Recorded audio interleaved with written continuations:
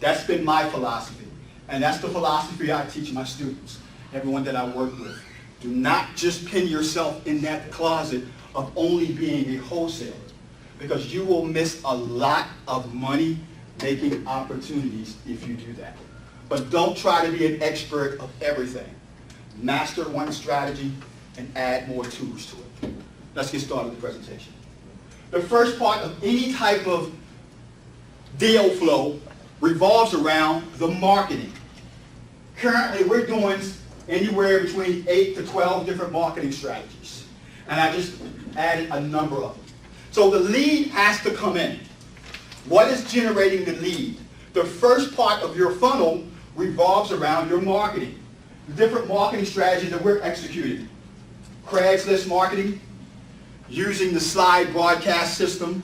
For some of you guys who don't know about slide broadcast, slide broadcast is a tool that I've mentioned, I can't remember how many times in this actual setting, where it allows you to broadcast a message to a list of individuals that have telephone numbers.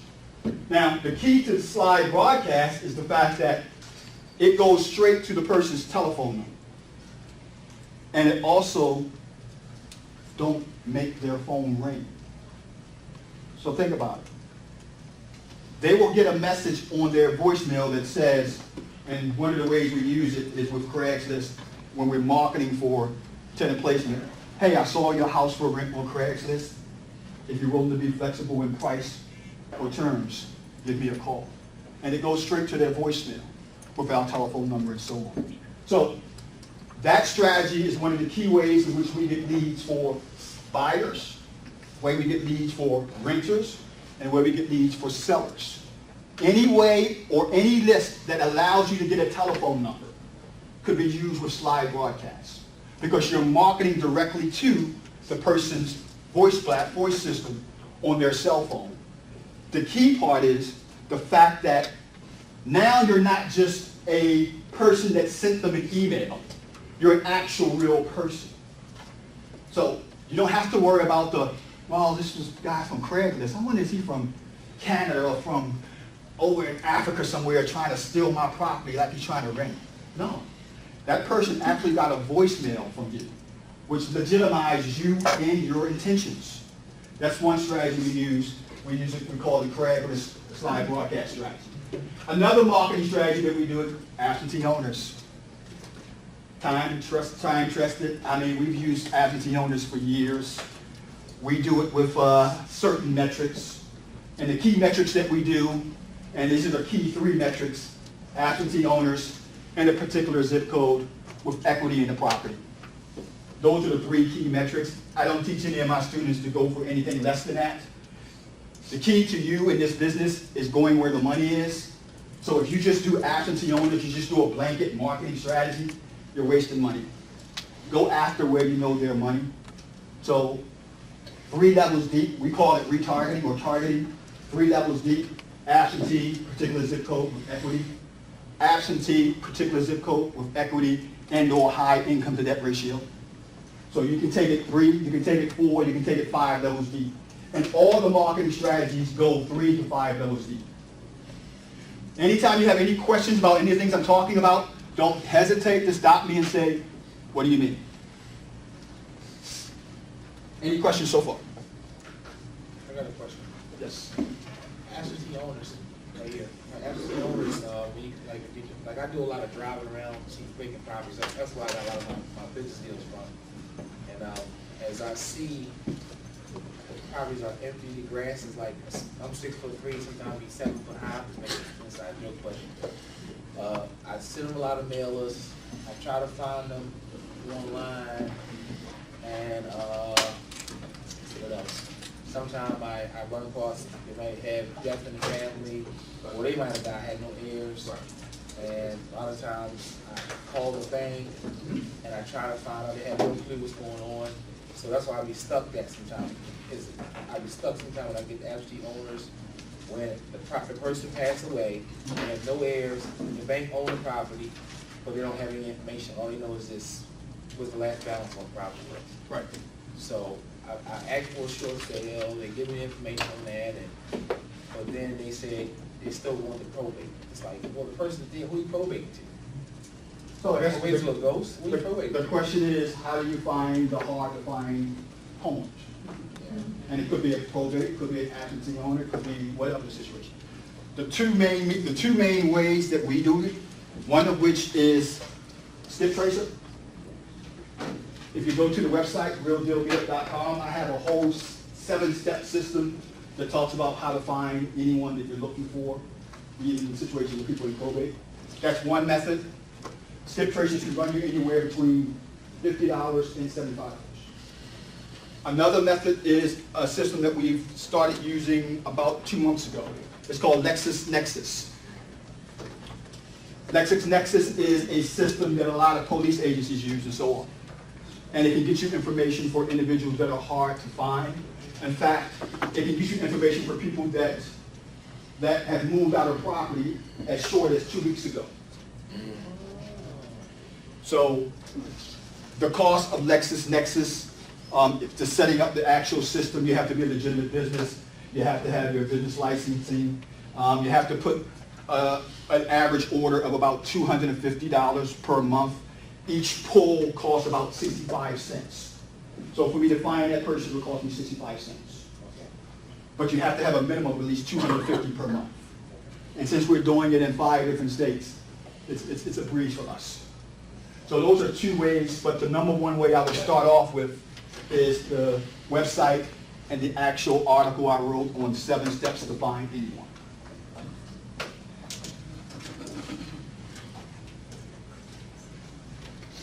Strategy number 3, probate. I love it. It's been the most profitable strategy for us in the last 6 months. That, as well as expired listings.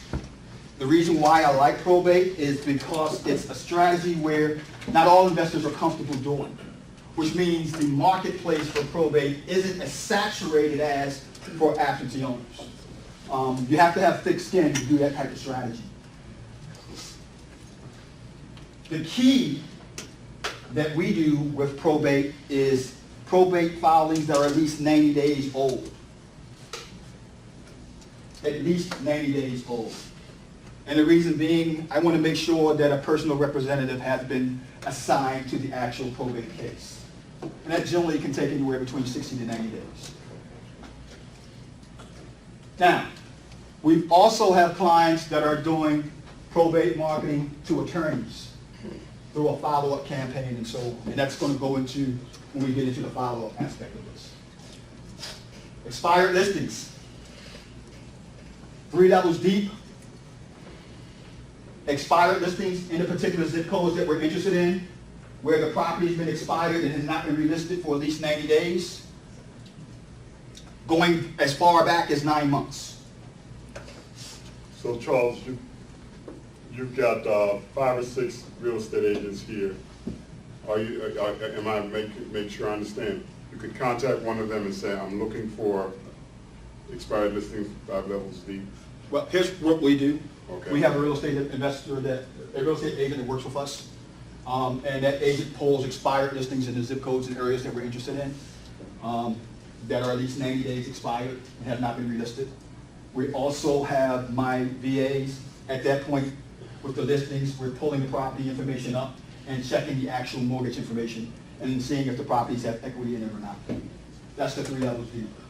The 2nd and 3rd levels deep is manual.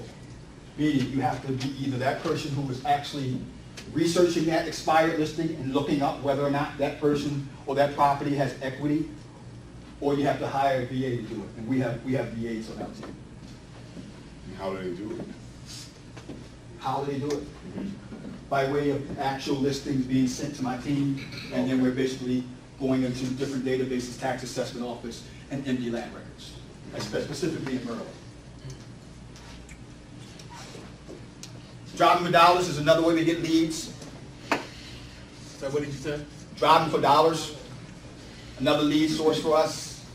Driving around neighborhoods, looking for properties that have high grass, signs of vacancy, signs of issues, roof conditions, and so on. And direct mail marketing to those properties or knocking on the doors of those properties and seeing if the person is best interested in the sale. I heard a guy talk about this the other day that I didn't think anybody else did. And he surprised me because he does the knocking exactly how we do knocking. And what I mean by that is what you say when you knock on the door. Because people talk about, you go knock on doors and you talk to the person about selling their house. No. You don't go knock on somebody's door and say, I want to buy your house. That's a quick way to get a door slammed in front of your face. When you go knock on their door, you're saying that we're looking to buy houses like yours in the neighborhood. Do you know anybody else interested in selling? That's the approach. And by the way, would you be interested in selling yours? Do not go there to that house and say, I want to buy your house from the start. That's how you knock on doors when you're going out driving for dollars. So, yes. So similar to his question, if you do drive around for dollars and you locate a property and you mail it, would you say in the mailing, I want to buy your house? Yes. In the mailing, but we are very creative in the mailing. And we'll get to that part when we talk about the direct mail campaigns in the step 2 of your deal flow. But yes, some of the mailings say that, and some of the mailings are vague, depending on the mailing campaign. Any other questions? Evictions. With the eviction strategies that we do, we use the slide broadcast strategy once again, going out to landlords, letting them know that we have a tenant placement company, and we also are looking to buy and build our buyers list. And we use that strategy to do one of the 3 I just mentioned. Tenant placement, build our buyers list, or to buy their properties. And last but not least, Facebook. We do Facebook retargeting, we do Facebook ad campaigns, and we do Facebook interest campaigns. A lot of people don't know that Facebook has teamed up with a lot of different third-party database services where you can actually market to people that are absentee owners that have equity in their property directly on Facebook. And we use that strategy for hard money lenders, and we use that strategy to spotlight and market properties as well as to sell properties. So, the first part of your process is your marketing. Your marketing drives the deals to your lead magnet. Step 1, market. Step 2, capture the information. Now, the way the information can be captured is a number of ways. By way of a opt-in form. Person gets a form, they go to a website, your marketing piece says, go to my website, capture that information, opt-in form goes directly into your system for maintaining your database. Before I go into this, I want to tell you guys that what we use to manage all 5 of the different real estate companies that we have, the 5 different states that we're marketing in, is a system called Podio. Spell that, please. Podio, P-O-D-I-O. It's free for up to 5 members.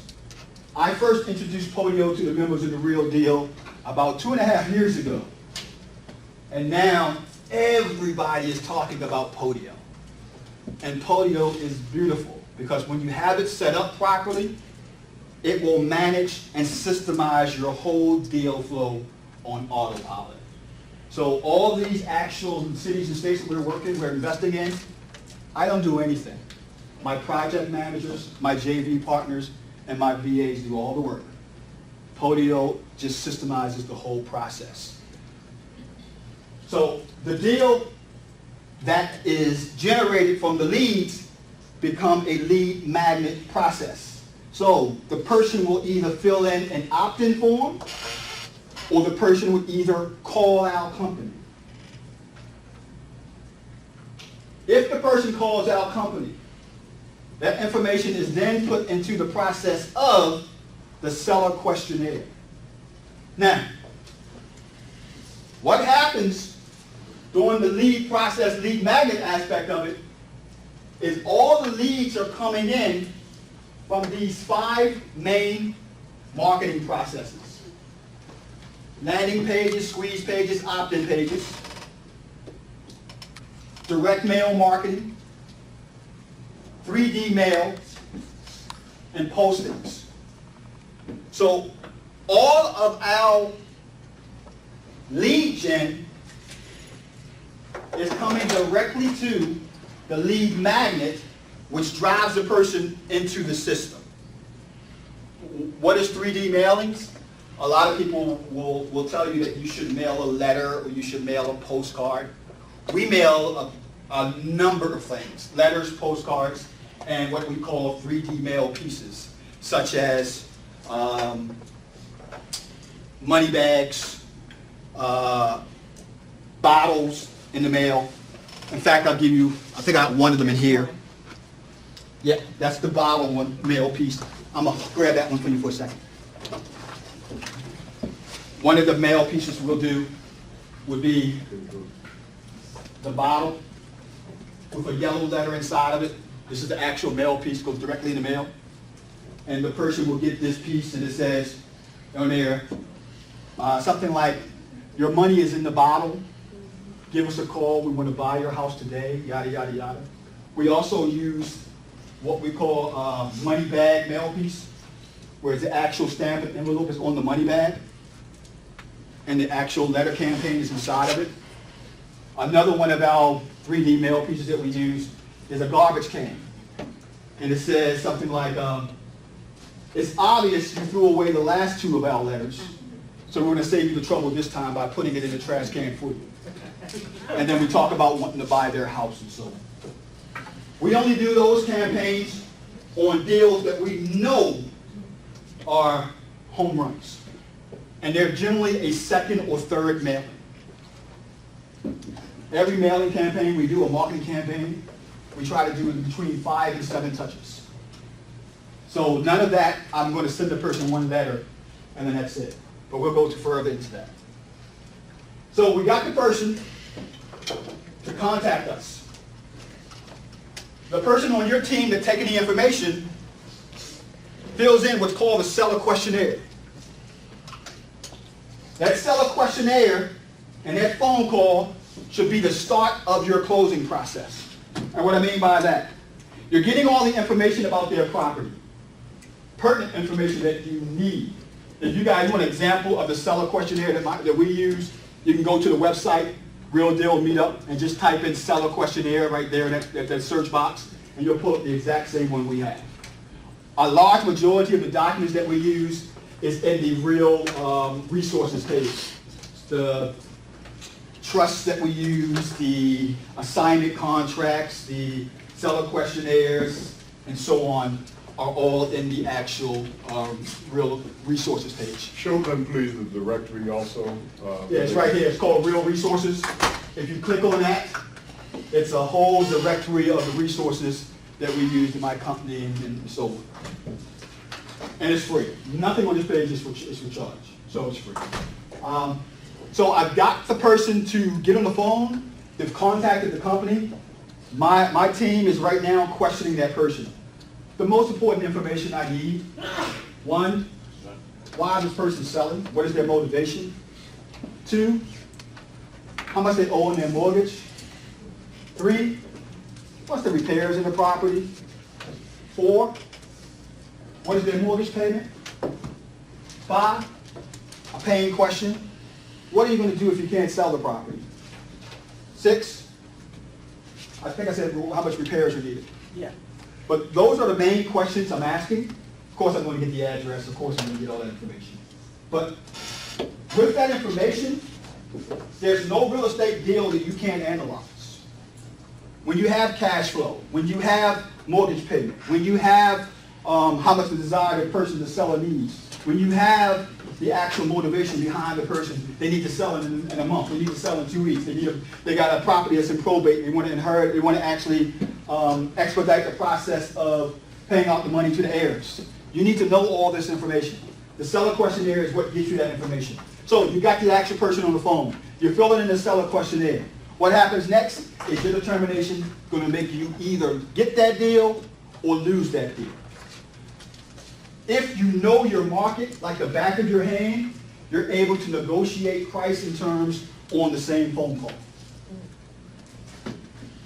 The majority of the stuff that's in Maryland, D.C., and Florida, we don't need to call the person back and give them information. We can give that person that number on the phone. Hence the companies that say, get a cash offer in 7 minutes or less. If you don't know the value in the numbers that you want to offer that person, your next step is going to be to contact that person once your due diligence is done. So the person fills out the seller questionnaire. On the call, you tell them, Ms. Jackson, I'm able to pay you $60,000 for your house. If Ms. Jackson says yes, then and only then are we going to Ms. Jackson's home, if we know the value of the neighborhood and so on. If we don't know the value of the neighborhood, we're not going to give Ms. Jackson a number until we call her back, normally within 1 to 2 hours.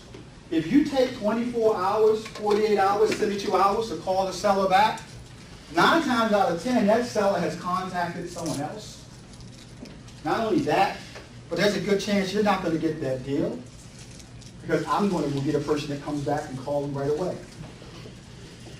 So the key to your success is getting that information, getting that offer to that seller on the phone as quickly as you can, and getting that seller to say yes. Only then will you go and look at the property. I can't tell you how many burnt out investors I've heard who said they've seen 110 properties in the last couple of months, and real estate investing don't work because they couldn't buy not one. They didn't see not one good deal. So don't go out looking at junk unless you know that there's a deal there. So my approach is a 2-step negotiation strategy. If the seller tells me the house needs $60,000 worth of repairs, that the area is selling for $180,000, let's say $250,000, and all they want is $35,000 for the house, I'm going to look at the numbers. I'm going to say, not bad. Based on what the seller tells me, I'm going to use that information to determine whether or not I can go to the property. I can't count how many rehabs I've done. I stopped counting 5 years ago. So when I get numbers, when I talk to sellers about kitchens need to be updated, bathrooms need to be updated, 9 times out of 10, those numbers are numbers that we can assess right on the telephone and tell them what our guesstimation is for repairs. Question, you're going to make an offer without actually seeing the property in person? Yes. And here's why. Hence, 2-step negotiations. Based on the numbers that the seller gives me, my offer is going to be based on their information. So if I go to the property and I find out that the $5,000 worth of repairs that the seller needs is really $20,000, I'm going to renegotiate the number. If I go to the property and find out that the actual neighborhood isn't as good as we thought it was, which rarely happens, I'm going to renegotiate the numbers. So you're renegotiating it at the point of going to the seller's property to view it. Get out of the fact or the fear of giving an offer. Your money is made when you offer. It's realized when you close. Keep that in mind. So your offer needs to be on point and as quickly as you possibly can. And when that seller says yes, the next thing that comes out of our mouth is, what time today, between 5 and 7, can I come see your property? Never ask the seller, when can I come see your property? That answer could be next week. That answer could be next month. You want to get that property under control with a contract today. So don't say, when can I come see your property? Lead the seller to the date and time that you want to see the property. What time works for you between 3 to 5 today? What time works for you between 8 and 10 tomorrow? what is your number one way of assessing a market? For example, if you're not in an area where on the first phone call when somebody calls you back from a postcard or whatever it is, you can't make an offer on their house. You say, I have to call you back. Let me, do whatever I have to do. I'll call you back at the end of the day. Number What one, would your step be? number one is MLS. Really? Yeah, we, Okay. all of my areas that we invest in, we have agents in those areas that we work with. Okay. I have access to MLS in Maryland and Washington DC. My team has access to MLS in Houston, Ohio, and Florida. So as far as compensating those builders, how do you? All for the deals that we close. We give them any type of bonus between $300 to $500 on the wholesale deals. On their actual rehab deals, they're the agents that we're using to close the deals. So, and do you know what the parameters are, like what they're looking for, like as far as how long or how, close to the property you don't have to find the value? If you were on MLS yourself. The actual number, when you're talking about value, you're talking about comps. And the metrics that we use for comps is properties that have sold within the 0.5 radius of the subject property that is like kind, comparing apples to apples.